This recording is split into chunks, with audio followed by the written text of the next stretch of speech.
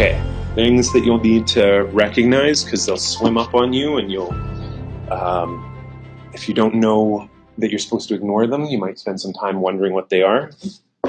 So, psoas. We're a little bit higher up here. If we were to keep going down, we would encounter the iliac vessels lying on this side, but we're higher here.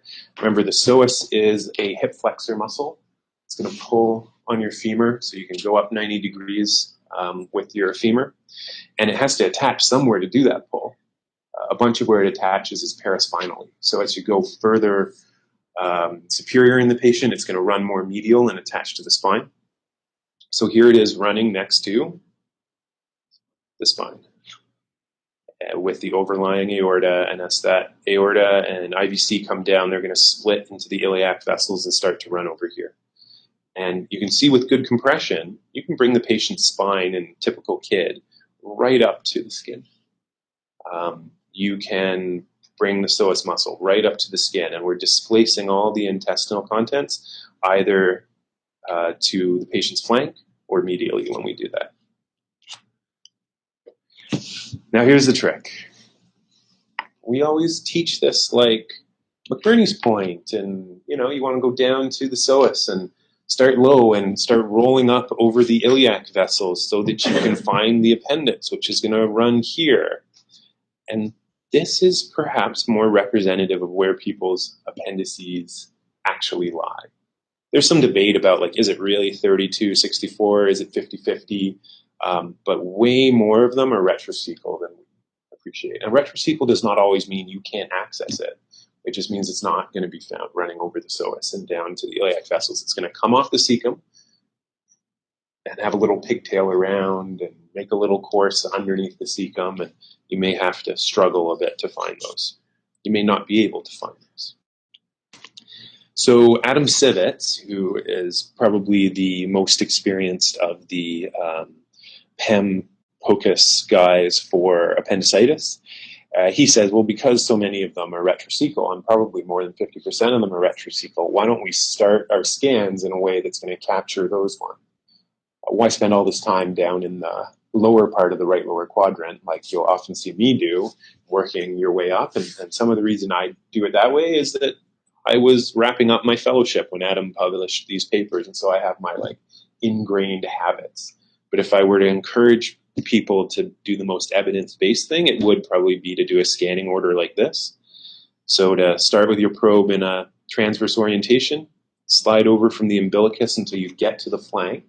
If you can convince yourself that you've scanned the entire arches of the cecum as you work your way down, then you're covering the areas from which the appendix has to arise, right? So he says, cover the cecum, make your way down in transverse, and then if you haven't found it, you can slide over to that lower area where the iliac vessels start, and you can do some lawn mowing, just working your way up and down and up and down, and then at the end, to flip your probe into longitudinal and slide it back over. And this comes from his 2014 Annals of Emergency Medicine paper that was comparing the accuracy of POCUS by PEM physicians to a gold standard of final outcome. Okay. So, team, what things do you see? What's this? Awesome. What's this?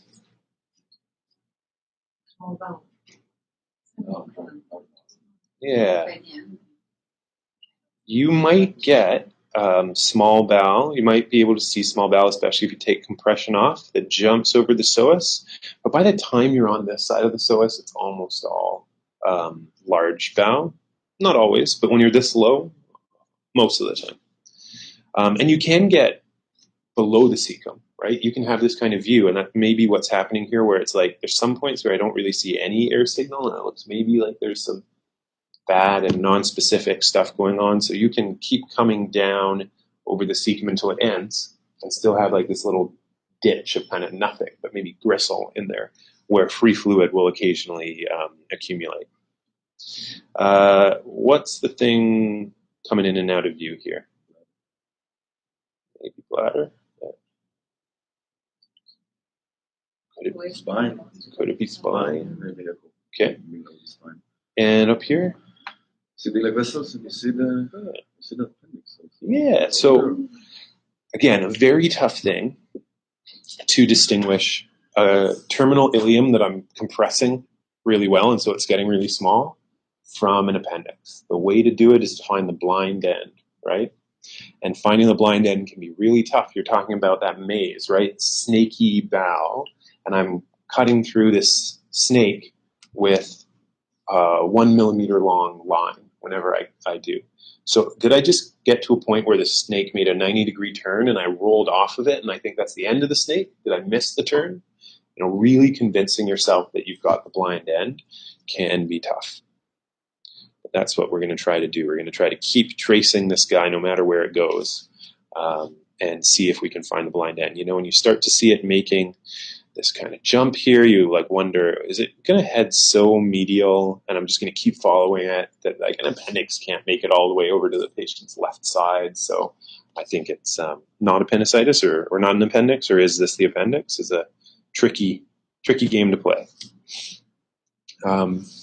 What can be tougher is recognizing, so that's like that tiny little target sign, right?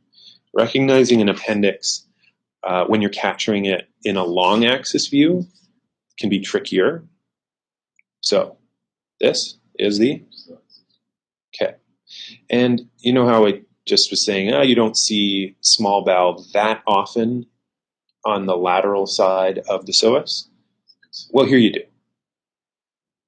And this is what terminal ileum often looks like as it makes the jump over the psoas, but you're compressing it, and it's going to blend and connect to not the cecum, but the large intestine.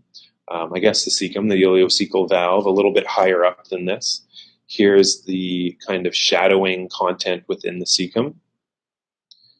And keep your eyes here, and you're going to see all of a sudden, bloop.